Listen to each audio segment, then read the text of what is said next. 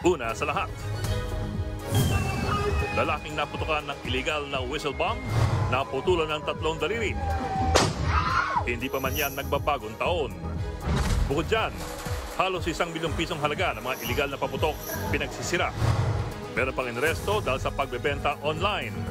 Ang buong detalye kaugnay ng mga balitang yan, abangan. Magandang gabi, Pilipinas. Sa Frontline tonight. Babaeng pinagsasaksak sa modern jeep sa Lapu-Lapu City, patay. Kagagawan daw yan ng kanyang dating mister.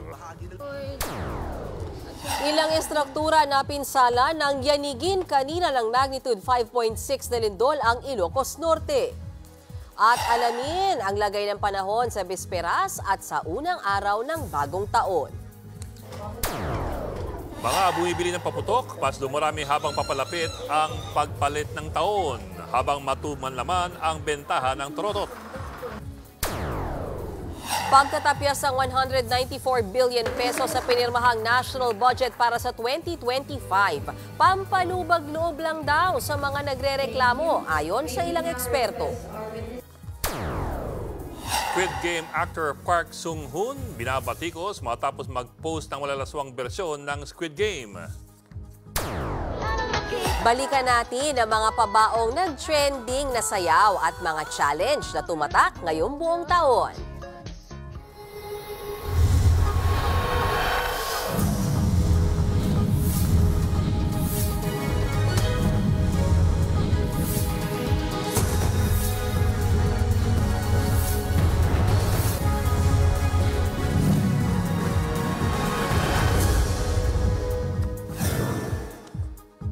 Magbabagong taong kulang ng 3 daliri ang isang lalaki sa General Santos City. Naputukan siya ng ipinagbabawal na whistle bomb na nabili raw online. Nasa frontline ng balitang yan si Bril Montalvo.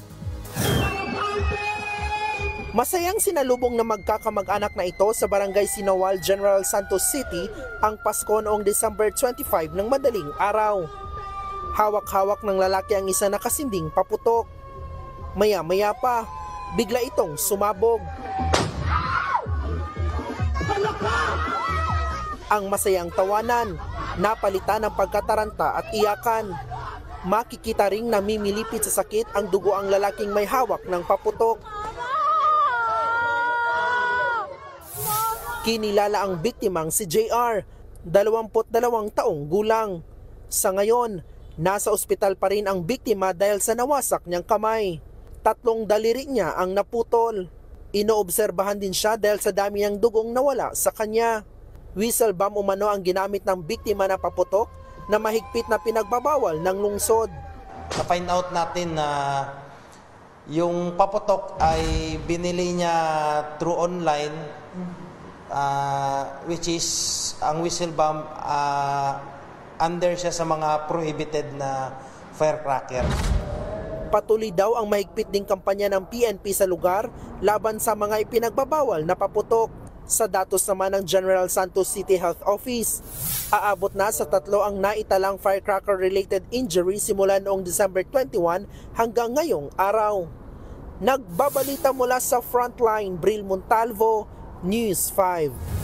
Pinagsisira mga nasabat na bawal na paputok gaya ng mga piccolo at boga. Timbog din ang mga nagbebenta online ng mga illegal na paputok. Nasa frontline na balitang yan, Gary De Leon. Sinagasaan ng truck ama na kumpiskang illegal na paputok sa Camp Miguel Malvar sa Batangas. Kabilang dyan ang piccolo, bawang, giant whistle bomb at mga boga. Higit 400,000 pesos ang halaga niyan. Ganyan din karami ang mga nasabat na paputok na pinagsisira sa Camp Brigadier General Pantaleon Garcia sa Imus, Cavite. Winasak din ng mga otoridad ang higit 2,000 piraso ng kinumpiskang paputok sa Ilagan, Isabela. Ang dalawang ito naman sa Muntinlupa City, timbog dahil sa pagdadala ng mga ipinagbabawal na paputok. Sa Pili, Camarines Sur, na-corner ng mga pulis ang lalaking ito na nagbebenta online ng boga. Hindi, pulis kami. Cybercrime kami. Nang buksan ang kahong bitbit ng suspect, tumambad ang 3 piraso ng boga. Pinagbuka pang armas ng militar ang disenyo nito. Ang pang-akit lang kasi niya, ginawa niya ng design na camouflaging. Siyempre, curiosity ng mga tao para akong ano nito kasi meron akong kanyon. Ibinebenta ang mga boga online sa halagang 500 pesos kada piraso. May dagdag na 100 piso kung bibili ng complete set o yung kasama na ang alkohol at iba pang materyales na pampasabog. Sa hiwalay na operasyon, pinalibutan ng mga pulis ang rider na ito sa gilid ng kalsada sa Butuan City, Agusan del Norte. Naaktuhan siyang nagbebenta ng mga paputok online sa isinagawang cyber patrolling ng ACG. Nakuha sa kanya ang ilang iligal na paputok kabilang 500 at 1,000 rounds ng Judas Belt. Paalala ng PNP, mahigpit na ipinagbabawal ang pagbebenta ng anumang uri ng paputok online. Mas mainam daw sa mga physical store na lang mamili. Nagbabalita mula sa Frontline, Gary De Leon, News 5. Kapansin-pansing dumami ang mga buibili ng paputok sa salubong 2025. Kasabay niyan ang paghina naman ng bentahan ng turotot. Nasa frontline ang balitang yan si Kari Cator. Nagsushowdown pa ang mga kabataan sa palakasan ng boga sa Baseco Compound sa Maynila. Sila mismo ang gumawa nito mula sa PVC pipe, bote ng plastik at lata ng sardinas. Daan-daang boga na ang nakumpiska at sinira ng barangay. Sa Jose R. Reyes Memorial Medical Center, umakyat na sa 17 ang mga nasabuga ng paputok. Karamihan sa kanila biktima ng boga, 5-star at plapla. 4 sa mga biktima na putulan ng mga daliri. Sa buong bansa, umakyat na sa 163 ang firecracker-related injuries. Sa Quezon City, may ordinansang nagre-require sa mga barangay na maglagay ng common fireworks display. Ito ay para maiwasan ang pagdami ng mga napuputukan. Kulong ang kahaharapin ng mga magpapaputok sa hindi common ground area. Kahit delikado, marami pa rin ang namimili ng paputok sa Bukawi, Bulacan. 100,000 piso ang nagastos ni Josephine Navarez. Tradisyon na raw ng kanilang pamilya ang magpa-fireworks sa buong barangay nila sa Santa Mesa, Manila. And they're waiting. They're putting chairs for them to look at the fires.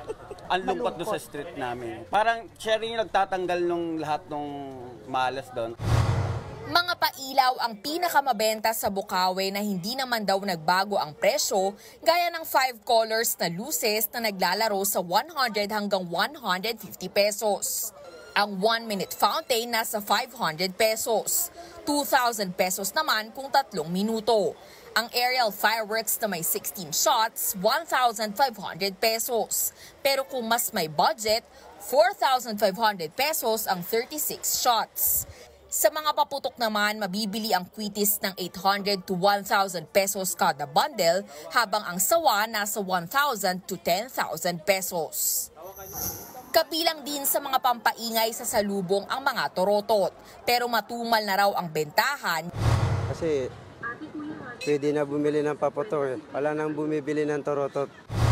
Ang ilang tindera hindi masisi kung bakit mas marami pa rin ang nagpapaputok. Talagang mabisa yung paputok ngayon na mas masaya gamitin. Pero hindi naman lahat sa aming nakausap pro paputok. Para kay Lola Mara Gonzales, torotot lang ang masayang pampaingay. Pinaglalaanan po talaga ito para po sa mga bata. Yun lang po kasi kasayahan ng mga bata yung may torotot po sila. Ligtas na pagsalubong sa bagong taon pa rin ang importante. Torotot kasi mas safe para sa aming pamilya at sa mga bata. Yung paputok po kasi marami na pong nadedisgrasya po dun eh. Mga napuputulan po ng mga kamay. Nagbabalita mula sa Frontline, Kari Cator, News 5. Sa Lapu-Lapu City, Cebu, pinagsasaksak ang isang babae sa loob ng modern jeep. Ang tuturong suspect ang dating mister ng biktima. Pero ang depensa niya, nasa trabaho siya nang mangyari ang krimen. Nasa Frontline na balitang yan, si John Aroa. Pinagkaguluhan ng mga residente ang nakabulagta at wala ng buhay na babaeng yan sa loob ng modern jeep sa Lapu-Lapu, Cebu. Tad-tad siya ng saksak sa katawan. Bago yan, una na siyang nadatnang nakasubsob sa unahang bahagi ng jeep. Kinilala ang 42 anyos na pasaherong si Carmela Mamak ang itinuturong sumaksak sa kanya. ang dati niyang asawa na si Jelson Mamak. Sa imbestigasyon, sumakay ng modern jeep si Carmela, saka umupo katabi ng driver. Siya yung pong nakita niya si Jelson, kaya sinabihan niya ang driver na huwag itong pasakayin. Pero tumanggi ang driver sa takot na baka ireklamo. Makalipas ang halos 1 oras, may mga bumabang pasahero kabilang na si Jelson. Dito na siya sinaksak ng 8 beses ng biktima. Sumibat ang suspect pagkatapos ng krimen. Nagkagulo at nag-unahan naman pababa ang mga pasahero. Na ikinasawi ng sikyo na si Eva Villarreal matapos siyang madaganan. Nang maaresto ang suspect, mariin niyang itinanggi ang krimen. Depensa niya. Sir, wala yung ko, sir. Ako na. Di po talaga ako. 12 taon na kaming maghiwalay.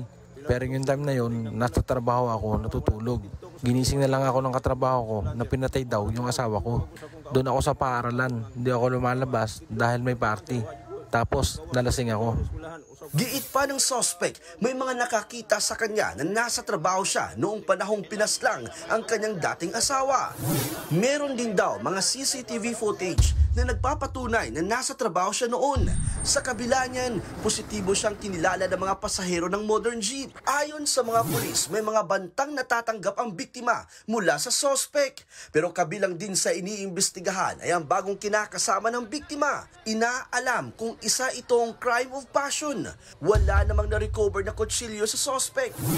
Ang pamilya ng nadamay na sikyo, hustisya ang isinisigaw. Sakit lang kayo, sir. Kalit lagi siya nawala, sir. Sakitan lang dyan ko kayo, sir. Kato pa dyan kayo na nagpaabot pa dyan ko na may mga pinalit siya, sir, na aron sa sakyanan, sir. Nagbabalita mula sa frontline. Jan Arua, News 5. Patay ang isang security guard at isang sundalo sa magkahiwalay na aksidente sa Tacloban City at Camarines Sur. Pareho silang sumalpok sa truck. Yan at iba pa sa report ni Bril Montalvo. Halos mawasak ang SUV na ito matapos sumalpok sa truck sa Pili, Camarines Sur. Base sa investigasyon, binabagtas ng SUV ang northbound lane ng Maharlika Highway nang mapunta sa kabilang lane at masalpok sa truck. Sa lakas ng impact, dead on the spot ang sundalong driver ng SUV na si Corporal Elmer Teval Jr. Ligtas naman ang driver ng truck. Pinalaya na ng pulis ang driver ng truck dahil wala pang kaanak ng sundalo na naghain ng reklamo laban sa kanya. Sa Tacloban City, motor naman ang sumalpok sa truck. Ayon sa pulisya, binabagtas ng biktima ang junction ng Maharlika Highway nang sumalpok siya sa barikada sa gitna ng kalsada. Tumilapon ang rider sa bumangga sa truck. Patay ang rider na isang security guard. Nasa kustodiya na ng pulis ang driver ng truck na nahaharap sa kasong reckless imprudence resulting in homicide and damage to property. Sa Northern Samar, 2 ang nalunod matapos tumaob ang sinasakyang motor bangka. Binabaybay ng bangka ang karagatang sakop ng Barangay Rawi sa bayan ng Lawang nang biglang umalon dahil sa masamang panahon. Base sa investigasyon, inarkila lang ng magkakaanak ang bangka papunta sa Reunion. Nasagip naman ang 6 na pasahero na nakauwi na sa kanilang tirahan.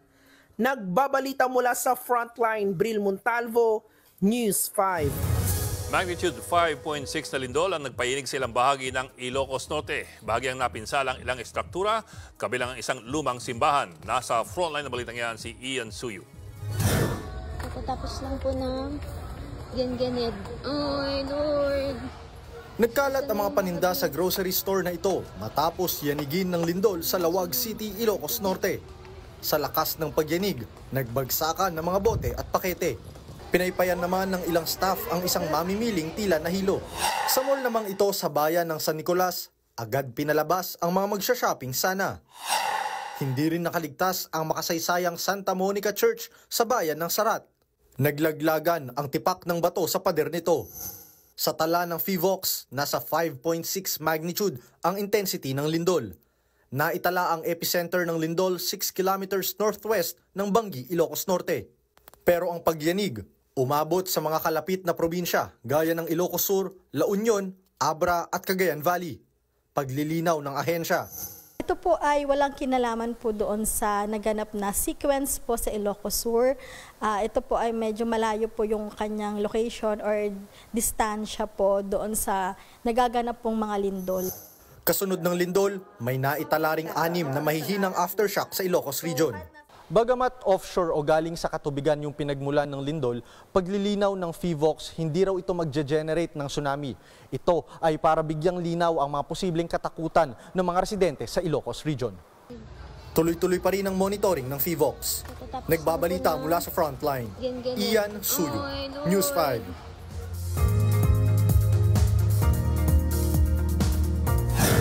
Magiging maulan ang salubong sa bagong taon sa ilang lugar sa bansa. Hanging amihan na nagpapaulan sa Northern Luzon. Uulanin din ang mainland Cagayan at Isabela, dulot naman yan ng shear line o salubungan ng malamig at mainit na hangin. ITCZ naman ang umiiral sa Palawan, Visayas at Mindanao. Kaya asahan po ang maulap na papawirin at kalat-kalat na pag-ulan. Sa forecast ng Pag-asa, magiging maulan sa ilang lugar hanggang January 2.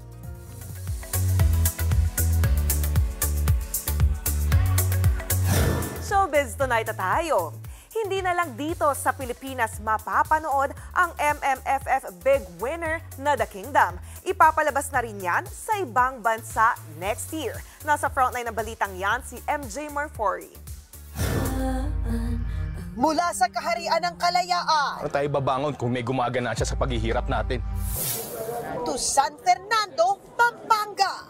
Mainit na dinagsa ng fancy sulo. Played by Piolo Pascual sa MMFF entry na The Kingdom for the promotang aktor para sa kanilang blockbuster film na ipapalabas na rin sa abroad very soon. Yes, we have a couple of territories na confirm na.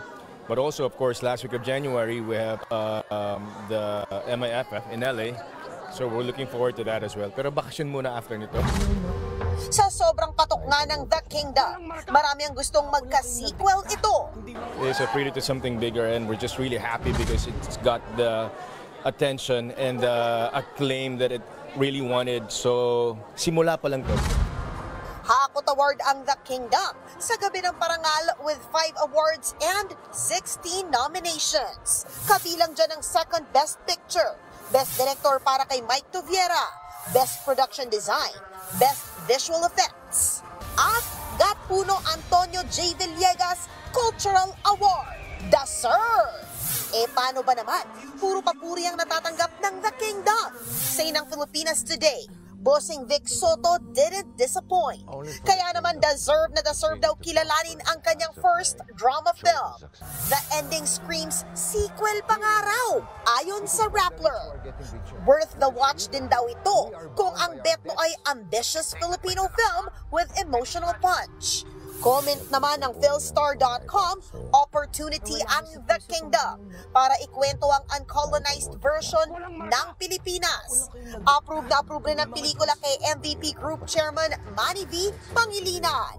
They made a number of social and political commentaries which ring true to this day, no?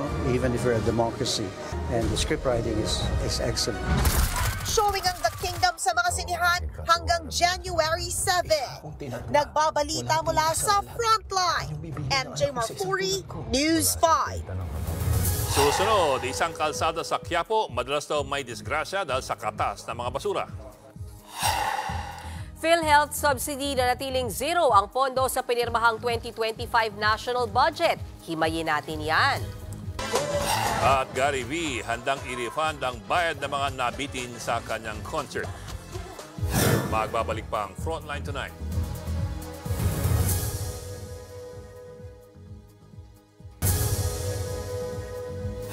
Pasintabi po sa aming ibabalita, inireklamo ang nalilimahid na kalsada sa Quiapo. Nagdudulot kasi ng disgrasya riyan dahil sa nagkalat na katas ng mga basura. Nasa Frontline na balitang yan si Mon Gualvez, exclusive. Dahan-dahan ko magpatakbo ang motorsiklong ito nang makuna ng CCTV sa Carlos Palanca Street sa Quiapo, Maynila noong Biyernes. Pero pagdaan sa tila basang bahagi ng kalsada, nagpagewang-gewang ang rider hanggang sa tuluyang sumemplang. Isang araw bago yan, nasa pool din ng CCTV ang paparating na motorsiklong bigla ring sumemplang pagdaan sa parehong basang parte. Pati tuloy ang pasaherong bata ng nakasalubong nitong e-trike nahulog at muntik pang pumailalim. Ang sanhi ng mga aksidente, katas daw ng basura mula sa nangongolektang garbage truck sa lugar. Hindi natin masisi yung truck, no? Kasi puno na yung truck, puno na yung basura, so they need to push it inside. So ang tendency, dahil galing siya sa palengke, yung mga lamang loob ng baboy, manok or whatnot, kumakatas doon sa truck. So nag-iiwan siya ng putik, lansa doon sa kalsada. Ang 25 anyos sa si Revo, puno rin ng sugat sa katawan matapos maaksidente sa lugar. Nagwigil na po yung gulong ko. Dumulas na ho ako. Nag-slide na ho yung motor ko. Bukod sa mga establishmento, mas dumarami rin daw ang mga sidewalk vendors dito sa kahabaan ng Carlos Palanca Street tuwing buwan ng Disyembre. Kaya ang resulta, mas maraming naiipong mga basura, lalo na kapag gabi. Dahil dito, ipinagbawal na muna ng barangay sa lahat ng mga pwesto na mag-iwan ng basura sa tapat nila. Nagtalaga na rin ng isang lugar na paghahakutan ng mga maiipong kalat. Bagamat itinuturing na isolated case, hindi na raw nagulat ang Manila Department of Public Services sa mga naitalang insidente.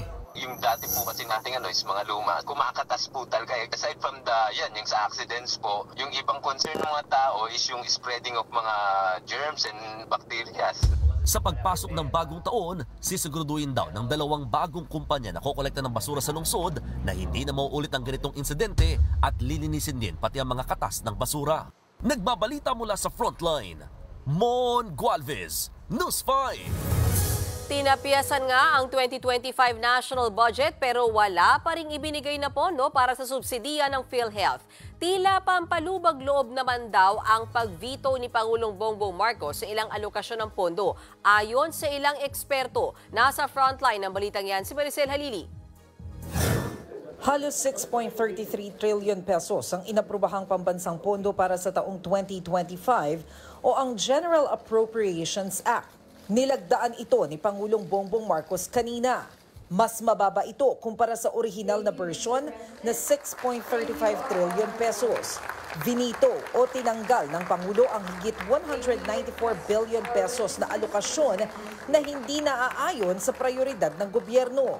There were calls to veto the entire budget and to revert to a reenacted one. However, this is not an option that we can afford. A reenacted budget will set us back, delay our vital programs, jeopardize targets for economic growth, including our goals of achieving single-digit poverty levels. Kabilang sa navito ang 26 billion pesos na alokasyon para sa DPWH at ang higit 168 billion pesos na unprogrammed appropriations. Hindi raw kasi yan sumusuporta sa 8-point socio-economic agenda ng gobyerno. Pero may nakikitang mali riyan si dating Finance Undersecretary Shelo Magno. So parang pakonsuelo de bobo lang po talaga yung ginawa ng presidente na kunwari hinimas-himas yung budget at kunwari ay responsive.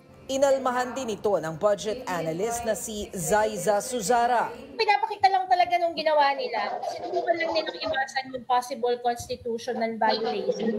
Yan lang naman essentially yung ginawa nila. Hindi naman naibalik ang 10 billion pesos na kinalta sa Department of Education. Pero ang education sector pa rin ang may pinakamalaking pondo sa 2025. Yan ay dahil sinama sa 1.05 trillion pesos na pondo ang state colleges and universities, CHED, TESTA at iba pang institusyon. Pero ayon kay Magno, isa na naman itong paraan ng korupsyon. Para paliitin, minus yung convergence projects. Yung convergence projects, yan po yung mga, dyan mas marami yung insertion ng mga politiko. Nandyan po yung mga roadworks, flood control. Tuluyan namang hindi binigyan ng pondo para sa subsidiya ang PhilHealth. Malaki pa naman daw ang reserved funds ng ahensya at madadagdagan pa ang kita nila sa investments. Hindi mababawasan ang bayad ng PhilHealth sa insurance claim.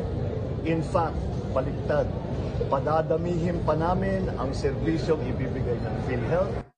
Pagdating naman sa ayuda para sa Kapos ang Kita Program o AKAP, meron pa rin naman daw nito sa susunod na taon. Pero may susundin ng guidelines sa DSWD, DOLE at NEDA. Pero duda riyan ang isang eksperto. Posibleng magamit lang daw ito sa politika.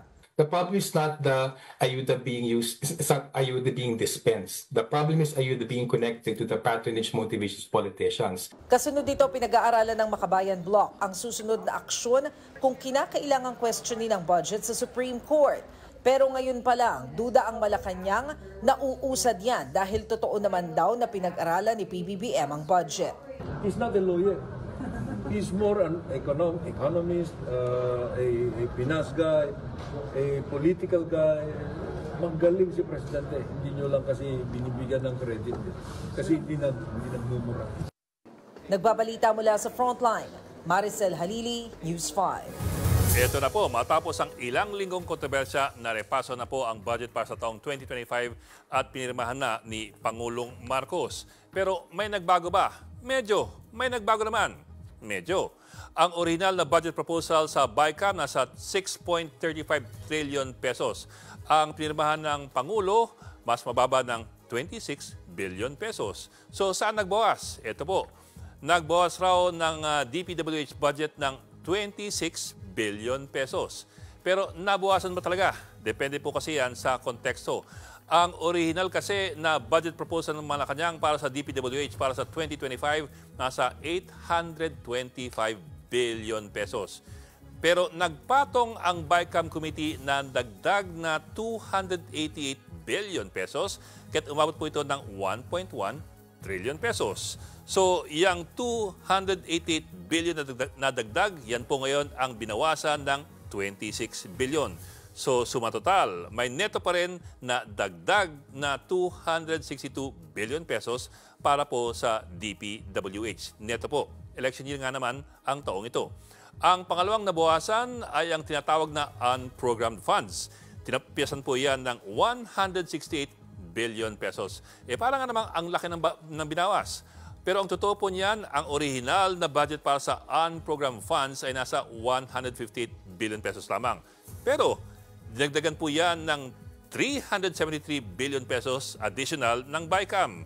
Kaya't yan po ay umakyat sa 531 billion pesos bago isumite sa Malacanang. Kaya't kahit binawasan yan ng 168 billion ng Malacanang, ang netong dagdag sa unprogrammed funds nasa 205 billion pesos pa rin. Simple mathematics. Ito pa, ang unprogrammed funds po ay ang mga proyekto na wala pang nakatoka na pagkukuhanan ng pondo. So parang binawasan mo lang ang pondo na wala pa naman dun. Pero ito po, naresolba ba ang mga kontrobersyal na provision sa budget? Marami po yan, pero ngayong gabi, sumento lamang po tayo dun sa umunoy unconstitutional daw na provisions dun po sa budget. Dalawa raw po yan. Ang una, merong constitutional provision kasi na hindi maaring dagdagan ng Kongreso ang appropriations na binigay ng Malacanang. Ayon po sa Section 25, Article 6 ng Konstitusyon, Congress may not increase the appropriations recommended by the President for the operation of the government. Pero ito po ang mga malaki ang dinagdag na budget ng Kongreso. Ang DPWH nasa 262 billion pesos ngayon. Ang House of Representatives, 17 billion. DND, 8.8 billion. Office of the President, 5.4 billion. At Senado, 1.1 billion. Mga bilyones po yan. Pero iba raw kasi ang interpretasyon ng Malacanang sa provision na yan. Ayon po sa opisyal ng DBM na aming nakapanayam, ang pinagbabawal daw ng konstitusyon ay ang pagdagdag sa kabuuang budget. Yung pong 6.3 trillion budget proposal. Basta yung halagang yan ay hindi raw lumagpas doon sa budget proposal ng Malacanang, abay wala raw violation ng konstitusyon kahit anong idagdag bawas mo sa mga individual na departamento. Yan po ay siguradong pag-aaway ng mga abogado kung umabot pa ito sa Korte Suprema. Ang isa pang malamang na pag-aawayan sa Korte ay ang constitutional provision na nagsasabing dapat number 1 priority ang edukasyon sa budget. Pero po, ang nakalagay kasi sa konstitusyon, education will get the highest budgetary priority. Sa interpretasyon ng Malacanang, ang dapat prioridad ay ang buong sektor ng edukasyon, hindi lamang po ang Departamento ng Edukasyon. Kaya't kahit mas malaki raw ang budget ng DPWH kaysa sa DepEd, sa kabuuan, mas malaki pa rin ang budget ng edukasyon pag isama-sama ang mga, for example, state colleges and universities, ang CHED, at pati po ang budget ng DPWH para sa pagpapagawa ng mga classroom at mga school buildings. Dahil sa huli raw, para rin yan sa edukasyon.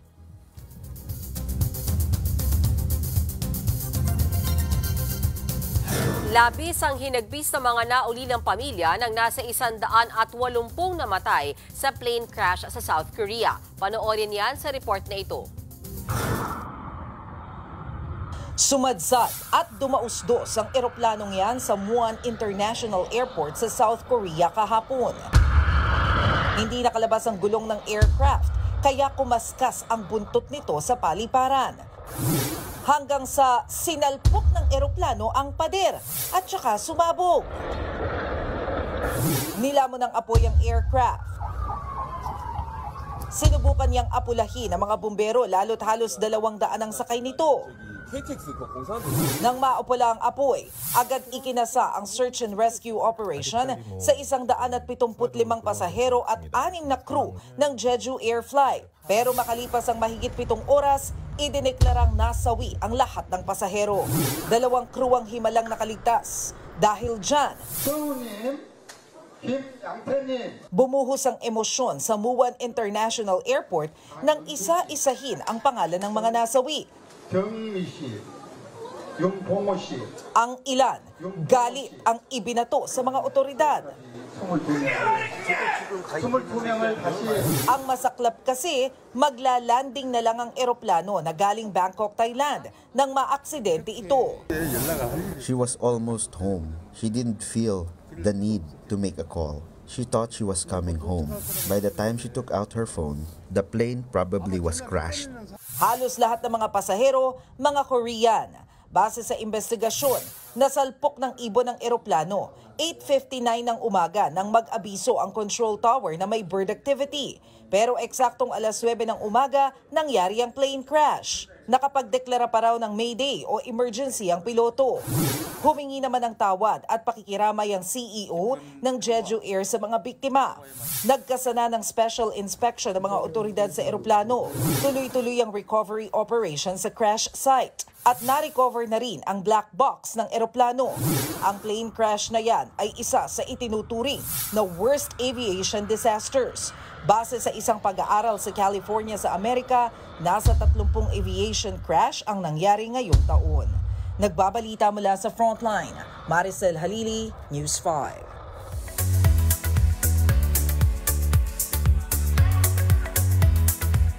Handa raw magbigay ng refund ang team ni Mr. Pure Energy Gary V sa nagdaan niyang concert sa The Big Dome. Matatandaang natapos ng maaga ang day 1 ng kanyang One Last Time concert last December 20. Naisugod sa ospital si Gary V dahil sa dehydration. Okay naman na ang lagay ngayon ng singer, pero ilan sa mga pumunta ng concert ang humiling ng refund. Sa post ng kanyang prod team, pwedeng mag-send ng email sa tickets@garyv.com ang mga gusto ng partial refund. Next year nila yan ipoproseso tuwing Monday to Friday. Susunod, tren sa Amerika, sumalpok sa fire truck, 15 sugatan. Sa Andara Park, nirecreate ang kanyang Vegeta hair. At balikan natin ang mga nakaka-good vibes na pabaong pampa-good night ngayong 2024. Ice cream yummy. Ice cream good. Oy, tutok lang mga kapatid dito sa Frontline Tonight.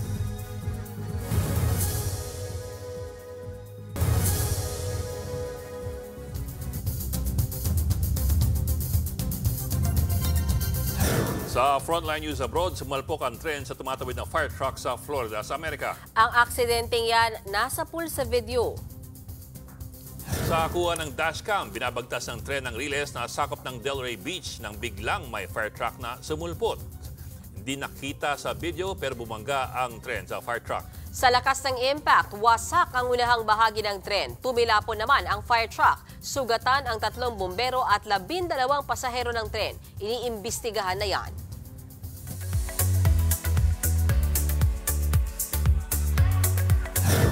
Vegeta Dara is back!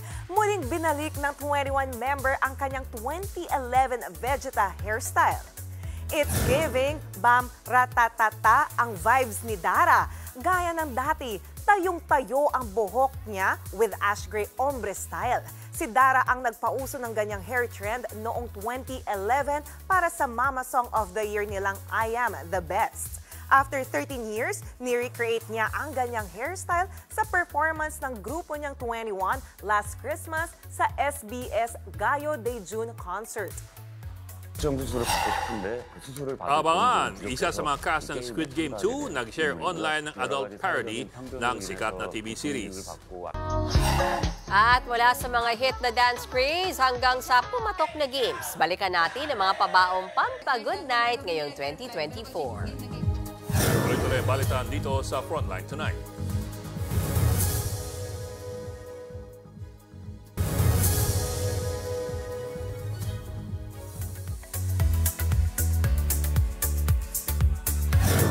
Ibang Squid Game ang na-share sa Instagram ng isa sa mga bida nitong si Park Sung-hoon. Isang Japanese adult parody kasi ng serye ang in-story niya. Na-screenshot yan ng netizens kaya siya binatikos ng malala. Sa statement naman ng management ng aktor, nagkamali lang daw si Sung-hoon sa na-share. Nagsorry rin siya at siniguradong hindi na raw mauulit ang ganitong pangyayari. Kabilang si Sung-hoon sa mga pinupuri ngayon sa Squid Game Season 2 dahil sa role niya bilang isang transgender. Showing na yan ngayon sa Netflix. At yan ang latest and hottest sa Frontline Showbiz Tonight. Ako si Johnny Alipon. Happy Monday, mga kapatid!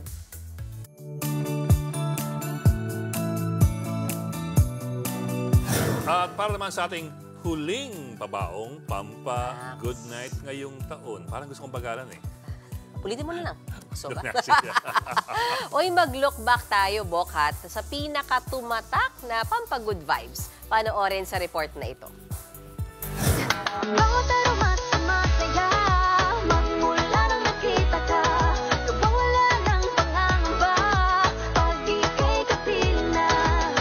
From hits,